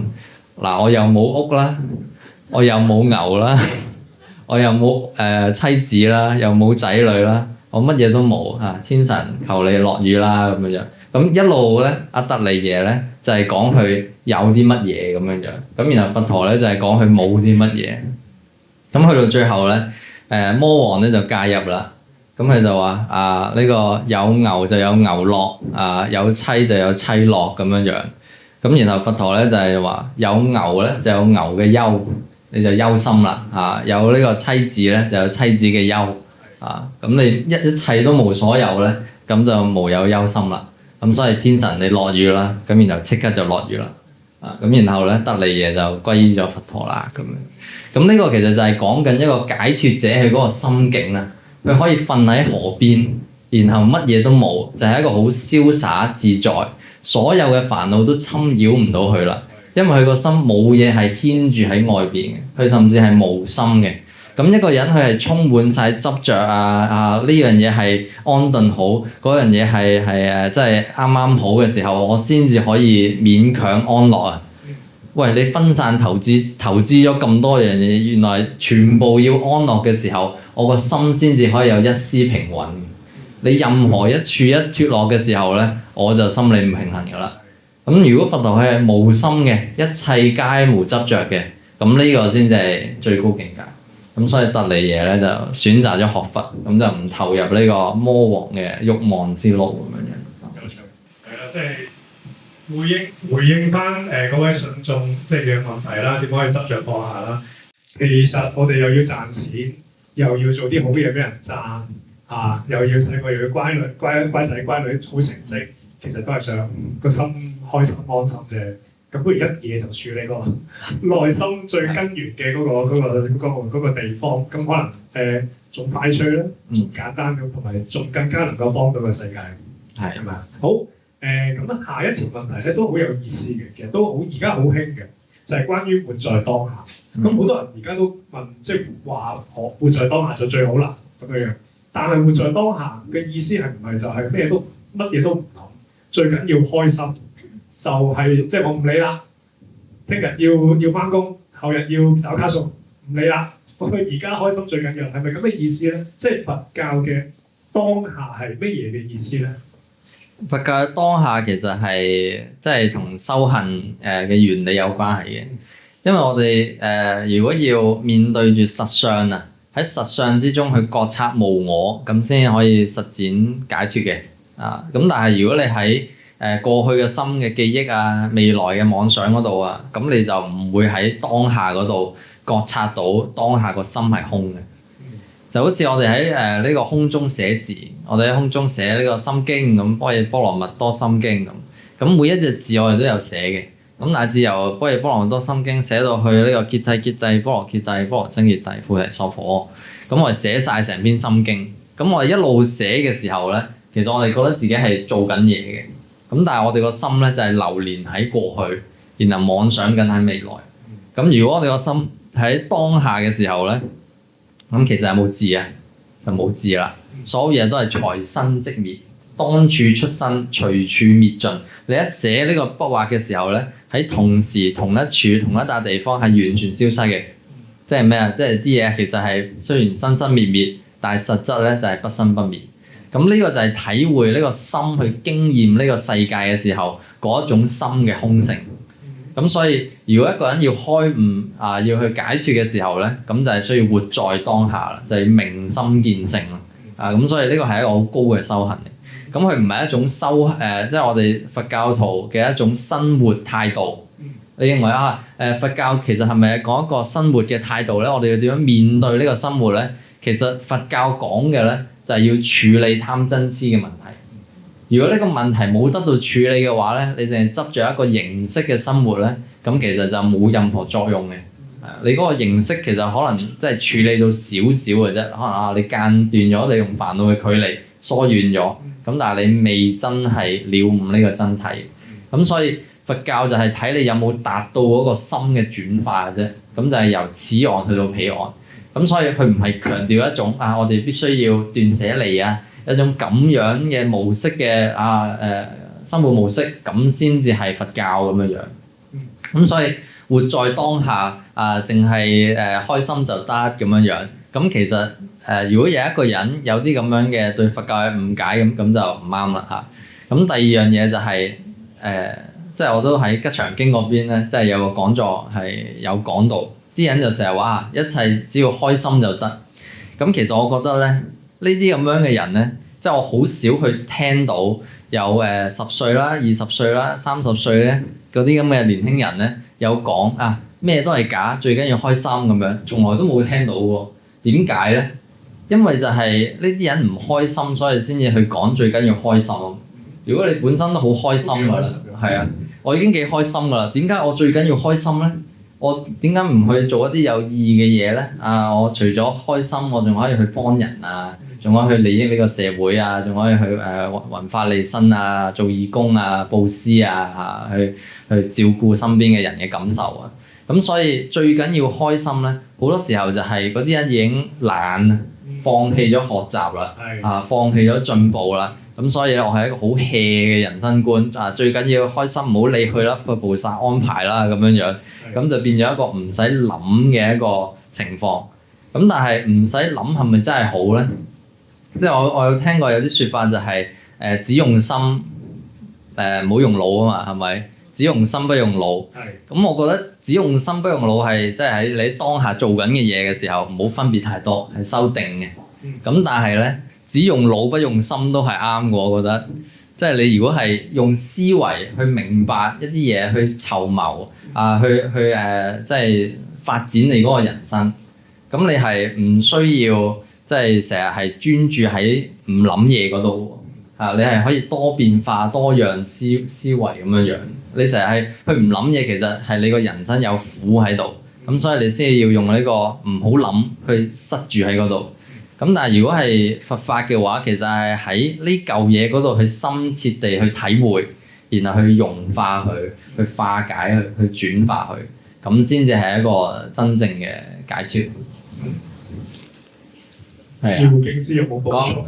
講到補充少少嗱，好重要啊！用到腦嗰啲問題咧，原來咧佛教咧有個三科法門喎，呢個好緊要啊！大家要認識啊！點解會錯用係有我咧？當咗呢啲色受想行識啊、財色名食睡啊、色聲香味觸法呢啲係我嘅感受，呢個就係我咧咁樣。原來咧其實呢啲所有一切咧係一個運作，係一個機能嚟嘅，唔係我，即係好似我哋揸車咁樣啦。咁咧佢可以咧帶我哋去目的地啊咁樣。如果當咗架車係我凌駕咗我哋嘅時候咧，佢隨時咧就帶咗我哋落懸崖嘅喎。咁所以話原來咧三科法門係咩啊？陰界入，乜嘢叫陰啊？五陰頭先我哋講啦，原來五蘊係皆空啊，色受想行識係空噶，係冇噶，一切感受係我哋係有喺度感俾你感受噶，你唔使執着噶啦，即係話。你唔好當咗係我去爭取啊！佢根本有晒喺度感受㗎啦，唔使執着㗎啦。咁咧外咧就係六根啊嘛，六根對六塵啊嘛，六塵就係色聲香味觸法啊嘛，即係話你由眼耳鼻舌身意內呢個六根去對呢個外嘅六塵，咁呢啲所有係我哋個機能嚟㗎嚇。慾望係一種動力嚟㗎，嗱呢個就係將佛法落實喺生活中啦。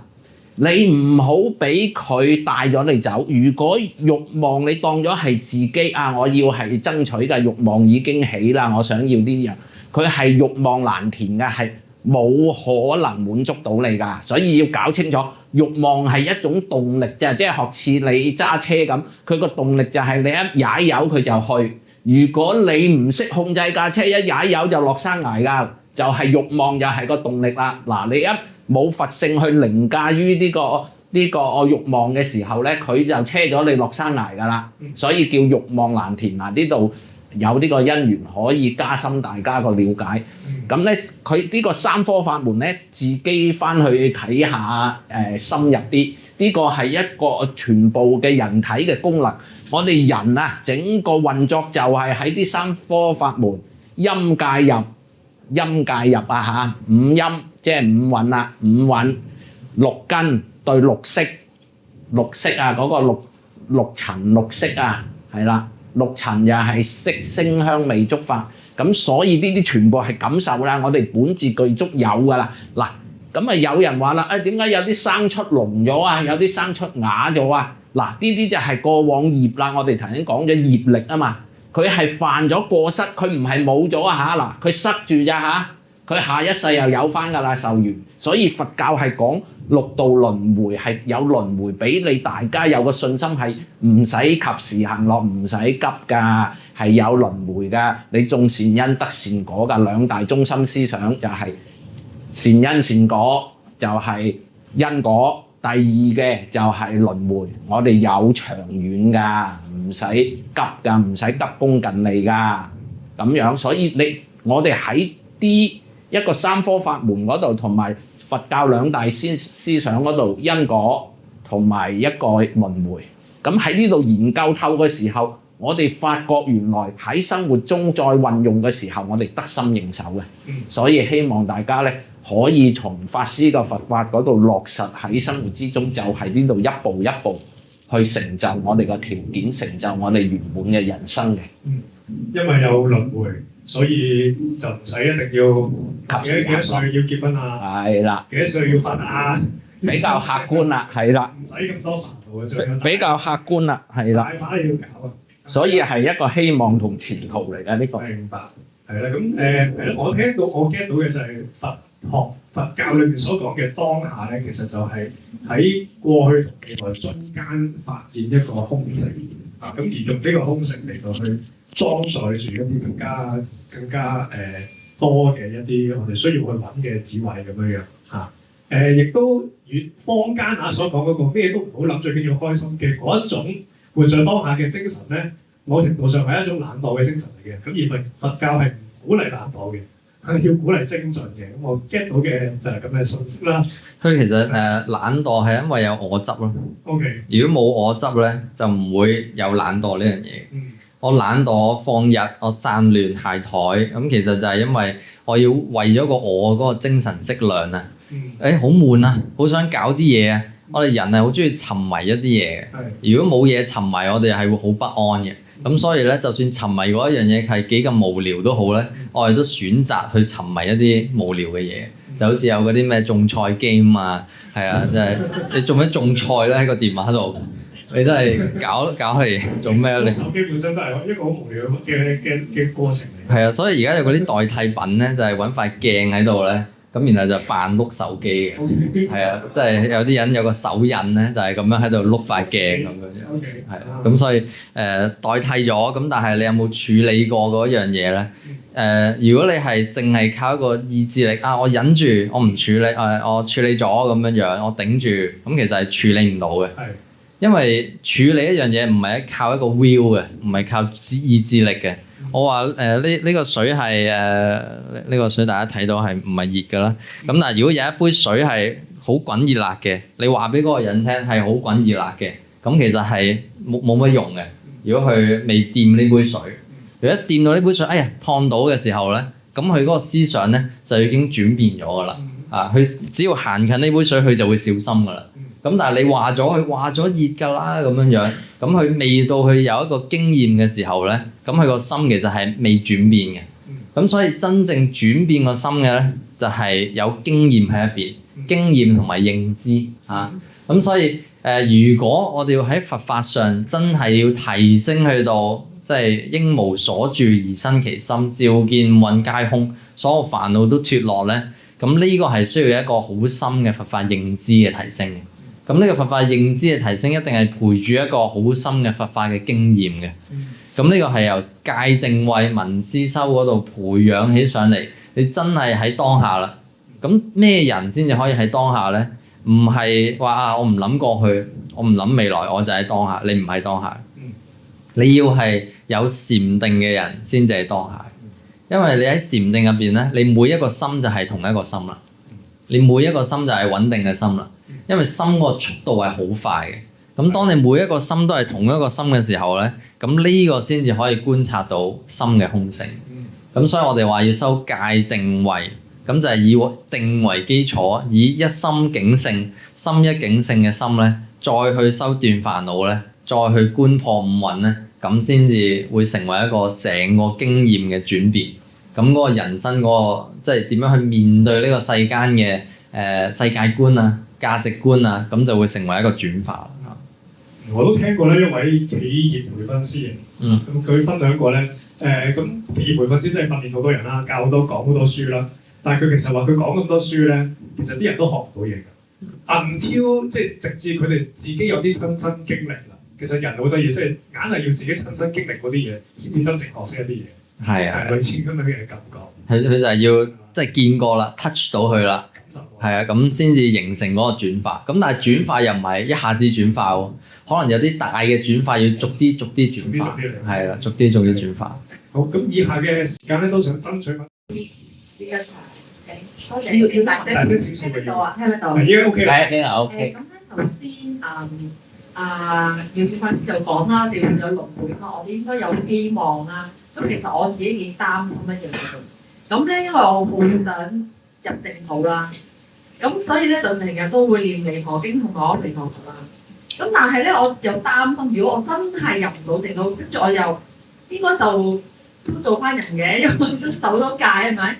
咁會唔記得晒啲嘢噶嘛？咁會唔會做惡業，跟住又受翻啲唔好嘅報咁樣？係啊，我講先啦，係啊，好好啊。呢個即係佢已經係求生淨土啊。咁嗱，求生淨土佢講有條件嘅，一心不亂啊嘛。咁所以就係話，其實一心不亂你就係當下嚟㗎啦。即係你能夠做到一心不亂，當下一心不亂，你就即生極樂國土㗎啦。咁所以呢個話難唔難，話易唔易？點解易話易咧？我喺呢一秒嗱，大家10秒念南無阿彌陀佛，南無阿彌陀佛，唔斷念，唔諗翻以前嘅嘢嗱。但係我一講話諗翻以前嘅嘢，唔好諗喎，佢又要諗喎，係咪個腦唔受控制啊？唔好諗答嗱，咁即係話難就係難喺呢度啦。原來咁多年以來咧，我哋唔係用個心做事啊，用個腦做事啊，陰公。嗱，呢個就講到科學啦。就係西方思想同東方思想嗰個層次啦，呢個唔展開啦，講翻極樂國土嗰度啦。咁所以佢有條件嘅，你一心不亂就即得往生極樂國土啊嘛。咁佢黃金為地啊，晝夜六時啊，出和雅音啊，哇！呢啲境界咪全部都係夢境裏頭嘅咯。但係夢境唔係喎，我日常生活咁痛苦發嘅係惡夢喎，係唔係現實嘅夢喎？唔係好嘅夢喎。咁所以就係佛就係教你誦佢嘅阿彌陀經，了解佢個佛法，一步一步落實落去做，即係話要平等嘅嗱，平等就係當下啦嗱。講到當下咧，平等心就係當下，因為如果你極端唔平等嘅，譬如好啊唔好啊，佢啱啊佢唔啱嘅時候，其實可能係立場嘅問題嚟嘅喎，利益嘅問題嚟嘅啫喎。咁所以好多人話冇啱冇唔啱，係講佢個立場問題。呢個係啱一半，係實在咧。你有智慧嘅時候咧，佢真正就係有啱嘅，但係嗰個好微細，嗰個啱嘅係客觀嘅，就係佛講嘅善法咯。佢所產生嘅結果，你感受係愉悅嘅、快樂嘅、極樂世界嘅。黃金為地，佢嗰個池水。個蓮花大如車輪，青色青光，黃色黃光，白色白光，微妙香潔。咁呢啲境界嘅時候，我哋係要培養去建立嘅。咁你慢慢建立嘅時候，咪有信心咯。有信心，佢記唔記得咧就唔緊要啦。點解啊？我哋見到佛性嘅清淨本自具足啊嘛。頭先講，所以你慢慢深信去實行嘅時候，你又冇話記得，又冇話唔記得。我實在就唔記得，但係我要記得嘅時候，記下啲佛經黃金為地，晝夜六時。你以為呢啲假嘅咩？我哋而家人生都假，頭先講過啦，係要死嗰陣時先知啊嘛。但係死嘅時候，你先醒覺嘅時候，就好多遺憾㗎啦。所以大夢誰先覺啊？我哋呢個人生邊個覺悟先嘅？佢個人生就精彩，佢幫助眾生就幫助得更多，佢建立嘅佛國土咧就越紮實，就係咁嚟嘅。所以你慢慢知道自己未有信心，你就去紮實建立你個佛國。咁佢個條件係乜嘢啊？48大願啊嘛，係嘛？48大願呢個可以揾道元師講下，因為道元師喺經典方面好有造詣嘅。OK。咁我本身都係修念佛嘅，求生淨土嘅。咁其實呢個問題我一直都有啦嚇，咁就係好驚輪迴啊咁。咁輪迴做翻人啊，或者我而家做人我都係咩都唔記得而開始㗎啦。咁我下世做人咁又係咩都唔記得啦。我哋嗰隻阿旺又係咩都唔記得啦。咁畜生道啊、人道啊，可能好多都唔記得㗎啦。咁確實咧就係會做惡業嘅，因為有惡業嘅因啊嘛，大把種子喺度等住發芽啦。咁但係又有種善因嘅時候，又大把善種子又等住發芽。咁所以咧，其實即係有可能性嘅嘢咧，我覺得喺無盡嘅輪迴入邊咧，咁其實就好似100% 會發生嘅。咁所以我話啲人會唔會落地獄咧？如果你喺輪迴，你一日未斷我執咧，你落地獄嘅機率咧係100%。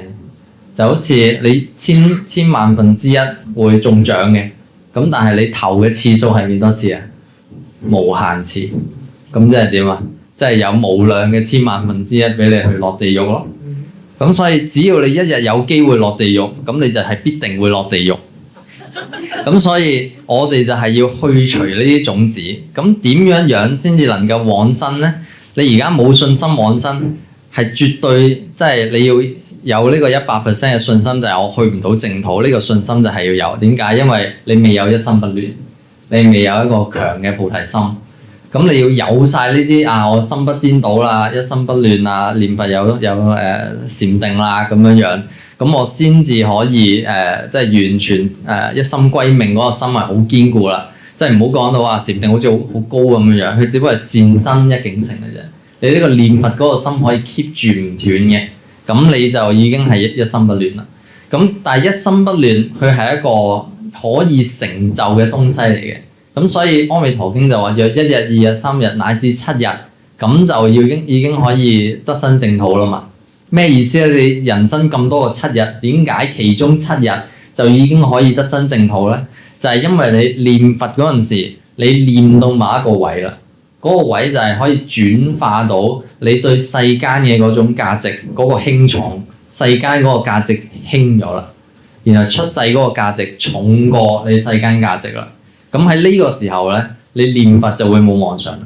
咁呢個係一心歸命嘅過程嚟。咁我記得我念佛即係我念咗好多年佛，都係冇辦法念到冇妄想嘅。咁我點解咧？就係因為我念佛嘅時候所緣唔明顯啊！我念佛嘅時候，我唔知我專注啲乜嘢。南無阿彌陀佛，呢個只不過係個聲音，呢個只不過係 melody。呢個咁樣嘅 melody，佢唔係禪修嘅對象。因為禪修嘅對象係要有特定嘅特性嘅，佢唔可以有語言嘅，佢唔可以有文字嘅，佢亦都唔可以喺色聲香味觸嗰度嘅，佢可以喺概念嗰度。咁所以你必須要生起一個能夠入定嘅概念嗰度。咁但係呢個咁樣嘅念佛，佢係一個好即係深嘅一個修行嚟嘅。點解咧？因為如果你有一念係牽掛娑婆嘅時候，你嗰個念佛嗰個功力咧，都冇辦法去到一心歸命。咁所以念佛其實就係即係直到咩時候我先至可以真係念佛冇妄想咧？咁就係我哋有一個院長，前院長佛學院嘅，咁就叫大航法師，航班個航。咁佢就教我哋，咁佢話你念佛咧，咁你最緊要就唔係 keep 住嗰個名號嗰個外相啊，你係要問自己，如果阿彌陀佛而家嚟接你，你可唔可以即刻去？唔俾你寫遺書，唔俾你打電話，唔俾你 email， 1秒即去。去嘅時候可能係巴士撞你啦，可能係心臟麻痹啦，可能係有個花盆唔知喺邊度車落你個頭度啦。咁總之你死咗，咁你願唔願意接受當下我就喪失晒我成個人生建立嘅所有嘢咧？本來我坐嗰個位，本來我嗰間屋，本來我追緊嘅所有嘅咩電視劇啊、老公啊咩，全部一下子冇晒，仔女嗰啲全部唔 care 啦。咁呢一下嘅一個轉換啊，咁其實係即係好多人一生都未必收到嘅。咁所以你話個個念佛，個個可以去淨土，佢一定係對苦啊、對無常啊有一份即係放捨啦，咁先至可以做到嘅。咁所以你要完成呢個價值觀嘅轉換。咁佛話幾多日啊？約1日、約2日、約3日、約至7日。你7日之後，你轉化到呢個價值觀啦。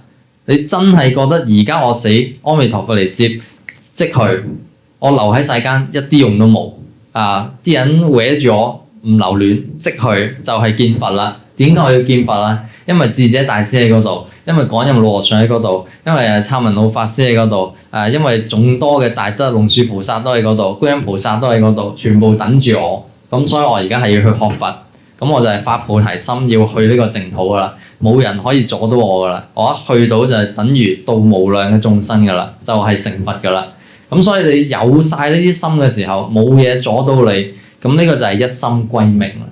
咁呢個一心歸命一成熟咗嘅時候，咁佢會成為咩？佢會成為你念佛嘅所緣啊。咁你再念佛嘅時候咧，你就唔會冇嘢捉住啦。你再念佛嘅時候就係每一念都生起歸依心啦。願阿彌陀佛喺遙遠嘅西方睇住喺娑婆而家受緊苦嘅我，願佢不捨大願慈憫我、接引我啊，往生極樂，南無阿彌陀佛。你唔需要係就咁南無阿彌陀佛、南無阿彌陀佛，即係搪塞咗過去，冇任何內容。你就係一路用句子啊、用文章啊，可以代替嗰個名號嘅。咁你用句子文章嚟豐富個名號都得嘅。咁豐富咗之後咧，你成個世咧就唔會斷啦。你就可以維持喺呢個念嗰度咧1個鐘啊，個半鐘。咁你已經係一心不亂，成個氣啊、成個身心啊就係統一啊，充滿歡喜啊。咁你越念越開心，越念越精神啊。咁呢個就係念佛嘅修持啦。咁所以如果你能夠做到咁咧，咁我覺得咧往生就有希望啦。咁如果未能夠做到咁咧，然後就希望臨終嘅時候賭一把咧，咁我就覺得咧你都要好有信心嘅。你要好有信心，你係必定去唔到嘅。點解你好想邊你去唔到咧？就係你有呢個信心，你而家先至會去修呢個法門啊！你而家先至會去努力咁去驅除啊我種種世間嘅牽掛我又擔心父母傷心咩咁，我快啲放下佢哋啦！擔心仔女唔捨得啦，快啲放下佢哋啦！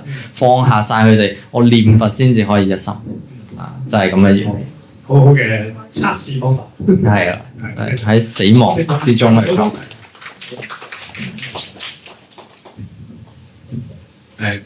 大家好。我就咧就因緣際會啦，就接觸到佛教，跟住就歸依咗咁樣喺7年嘅。咁跟住7年後，呢個工作壓力咧，又令到我好似誘惑咗下喎。即係而家嘅可能個 terms 就叫咗工作太倦啊咁樣。咁其實呢一排我都係放空緊嘅，其實咁喺佛法嗰度有啲乜嘢可以有咩條絲可以幫到我咧？咁樣你係咩工作？你係分享你咩工作？其實都係工程界嘅。工程界。我想問多少少，你嘅畫押係關於係工作內容上面畫押，定係一啲人際事上面嘅畫押，或者對將來係我做極都冇得成績㗎啦，或者我做嚟做去都係賺得咁多錢，即係邊類型嘅畫押？個因喺邊咧？個原因應該都係工作壓力導致嘅，因為都長期可能OT 咁樣咯，咁就令到自己有啲緊張或者係去到一個狀態係你諗到嘢，或者係好少嘢我都唔願去做，有啲熟到嚟喺裏邊個內心咁樣。OK，盧明法師有冇分享？明白。咁其實咧，我覺得好多時候我哋個人有一種好唔好嘅習慣嘅，咁就係我哋通常專注嘅時候咧就會繃緊嘅，然後唔專注嘅時候、放鬆嘅時候咧就會唔專注嘅。咁我係好難咧，就係專注嘅時候咧可以放鬆嘅。咁呢個其實就係正禪修可以學到嘅技巧嚟嘅。咁所以同時專注、同時放鬆係要學翻嚟嘅一樣嘢。咁就係要訓練正念。因為我哋通常人去 focus 一樣嘢係用一個叫 forceful attention 用一個厲力作意，係一個好強勢咁樣去我而家要碾死呢個咁樣要專注嘅狀態。咁我就閉氣唔記得咗呼吸咁然後好多嘅情緒咧就會累積咗喺嗰啲內臟喺嗰啲肌肉入邊咁如果你要去處理呢個問題嘅時候，咁首先你要去鬆咗你自己啦，你釋放咗你嗰啲已經累積咗嘅問題，咁然後咧就係要學識重新去專注嗰個放鬆，同時放鬆，同時專注嗰個技巧，即係要學正念咯。正念就係譬如你每行一步路，咁你可唔可以完全放鬆，但係又完全知道呢個狀態？咁你唔係用一個力量去抓住任何嘢，你只不過係知道啫嘛。就好似你知道而家我哋呢個天花係深啡色嘅，我知道呢個天花深啡色，我唔需要去用力嘅。咁但係我哋好多時候就係用咗力嘅時候咧。咁我就習慣，我而家知道天花深啡色，我都要用力咁樣樣。咁所以呢個就係要好似你禪修嘅時候，或者修正念嘅時候，喺觀呼吸啊，你可唔可以就咁去知道你嗰個呼吸咧？你唔係揦死個呼吸咧？通常我哋一睇呼吸咧，個呼吸就緊咗啦。咁但係我哋點樣去放鬆又睇呼吸咧？咁就係要跟到呼吸嗰個節奏，但係又唔去 interfere 呢個呼吸。譬如吸氣嘅時候，我哋放鬆個肚皮；呼氣嘅時候，自然釋放，乜嘢都唔做，咁就呼氣啦。吸氣嘅時候，個肚皮自己脹起，放鬆個肚皮；呼氣嘅時候釋放。咁你淨係釋放呢下咧，已經做到同時放鬆、同時專注啦嘛。咁就喺呢一下嗰度咧，去學到連吸氣咧，你都好似釋放咁樣樣。你一吸氣又放鬆，又唔 interfere 個節奏；呼氣又係唔揦緊嘅。其實唔揦緊，只不過係你唔做任何嘢，學識唔做任何嘢，但係你睇住，咁就做到噶啦。咁所以呢個我覺得係可以你喺生活入邊有一段時間去訓練呢個正念咯，即係可能你行緊返工啊，又或者做一啲係好重複性嘅嘢嘅時候啊，咁你都可以投入呢一種啊，我可唔可以即係俾個要求自己放鬆地專注咁樣樣？係啊，OK 啊，其實就係我想講一講，又係話究竟呢啲生活你係想尋求一啲新嘅生活啊，還是發覺都係六道輪迴嘅喎，都係喺呢度啊辛苦啊做啊喺工作啊咁樣，你係想解脫啊，還是係仲有啲追求？譬如我想收入好啲啊，工作冇咁辛苦啊咁樣，樣樣順利啊嗰種，究竟你係求乜嘢咧？因為佢好得意嘅，富貴就學到難嘅，即係佢樣樣順暢，樣樣成咧，佢就想求長生嘅，佢就唔想出嚟呢個苦嘅。所以咧，我哋學佛人咧，通常係感受到苦，知道苦啦，我哋要出嚟嘅。咁所以你要問下你自己，究竟係仲係求世間嘅嘢啊，求天福啊，還是係想脫離去極樂世界啊，或者修心養性啊，去清淨法身啊，去修行。所以呢啲係要問我哋自己嘅。咁如果係佛陀好好嘅，佛陀咧就係你想行菩薩道，佢教你菩薩道；你菩薩道唔得嘅，佢教你聲聞緣覺；聲聞緣覺你都唔得嘅，佢教你修十善、修天福、去天堂；再唔得嘅，佢教你世間利益。所以你要清楚自己係想要乜嘢，搞清楚自己先。所以法師同你解答嘅時候，其實都解答你嗰個問題，唔係你想要嗰個問題。所以好清楚，頭先追問得好啱。究竟你係乜嘢工作，想要乜嘢嘅生活，係點樣改變你個環境，係你自己先清楚嘅。咁所以喺呢度咧，我哋就係話，既然我哋而家知道有佛法啦，原來佛法無邊嘅，佢係包容一切宇宙萬物嘅。我知道咁偉大嘅，咁我哋求富貴咪得富貴咯。跟住佛法教你布施啊、持戒啊，持戒有咩好啊？保你災難㗎。你睇下你修得德行好嗰啲災難嚟嘅，零零舍舍你就出嚟咗，冇事避開咗。咁好似修學佛法嘅時候好似冇乜用喎，但係原來災難嚟嘅時候你逃避到啦，過咗啦，已經幫咗你。咁所以呢啲種種嘅問題，你係要清晰知道自己係追求啲乜嘢，佛法係全部有講晒。咁所以你追求物質上啊、舒適嘅上，你就布施持戒。持戒係持咩戒啊？居士戒最起碼要持5條，邊5條啊？不殺生啊嘛，如果居士嘅就係不邪淫啊嘛，邪淫即係婚外情。咁我哋唔好搞邪淫，我哋出家人直情係正淫都唔得嘅，唔可以有淫欲嘅。咁在家人咧就唔好搞邪淫啦，因為損你個福報㗎。唔妄語啦，唔講大話啊，唔飲酒啦，係咪啊？唔講兩舌啊，欺騙人哋嗰啲嘢啊，咁樣唔偷盜啊，咁樣啦，唔好偷人嘢，唔係自己嘅，唔好攞人嘢，唔好貪啊，唔屬於自己嘅，唔好諗，做好自己，提升自己嗰要嘅嘢，自然會嚟㗎啦。咁所以你要清楚知道你自己要乜嘢，咁你就持用呢個五戒布施，就係得物質上嘅回報嘅。布施我頭先提咗啦，幫助貧苦啊，建學校醫院啊，幫助呢個世界嘅人啊，咁樣呢個就係佢自自然然而家咧好多都開始講嗰個磁場啊，講嗰個能量啊嘛。佢自自然然個能量會聚集喺你嗰度嘅，咁所以呢個你係清楚你自己要乜嘢，求乜嘢，咁你就用佛法去落實，去一步一步去做。咁呢個就係我哋人生一路一路去建設自己嘅世界嘅嚇。好多時候咧就係即係有嗰啲有唔開心啊，嗰啲病人啊、抑鬱症啊等等啊，咁好多人咧就會要求佢，哇，點解你唔諗啲好嘢啊？點解你唔做啲好嘢啊？咁樣樣。咁其實我對嗰啲人嗰個解答咧就係咁樣樣嘅，即係如果一個人佢嗰個情況已經係即係形成咗啦，即係可能壓力大啊咁樣，已經係成為咗嗰件事啦。咁其實咧，佢就好似一個樽入邊咧，就好似裝滿晒花生咁樣樣。